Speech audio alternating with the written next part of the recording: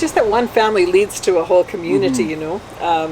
One year my daughters wanted to buy Christmas gifts for my African grandchildren. It started with the 3, and then it branched out, and their friends picked it up, and their friends were buying gifts, and long story short, I have 52 African grandchildren.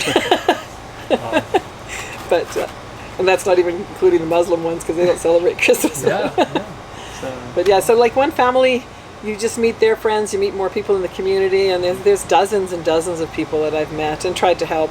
My name is Barb Ryan. I'm a mom of 4, grandma for 12, and I guess the reason I got started with this was 13 years ago my husband passed away, and I wanted something different to do with my life, something extra, and I decided to do some volunteer work with Regina Open Door Association. So I started as a volunteer, as a host for a family from Kenya.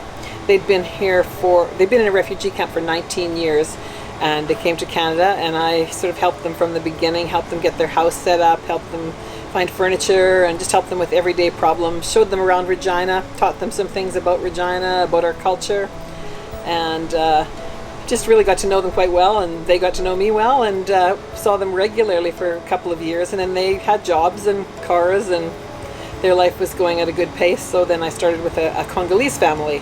They had 3 children that became like my own grandchildren, and I still keep in touch with them too. They were just Canadian citizens last year, and we had a celebration for that.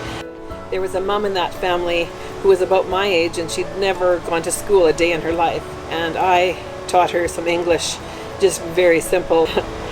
I'm often asked why I have such a passion for this, and I don't know exactly why. Perhaps it's my own childhood. We didn't have a lot when I was growing up, and I worked hard my mom worked hard to keep the 3 kids going, and maybe that's part of it, but I just can't imagine, once I got to know these people and how they do it, like how they function in a new country is so difficult, and I don't know, I just have endless sympathy for them. I just try to, just happy to make their lives a little bit easier. I hope I've done that. If someone wanted to get into this type of work, they could go through the Open Door Society and ask for a volunteer position. It's just, it's so easy. You can do any amount of time you want to give. I mean, I give a little bit of my time every day, but some people don't have that much time. You could go once a week, you could go once a month, but it does make a huge difference to people. Like when you help someone that's new here, they never forget you. You're like their hero forever.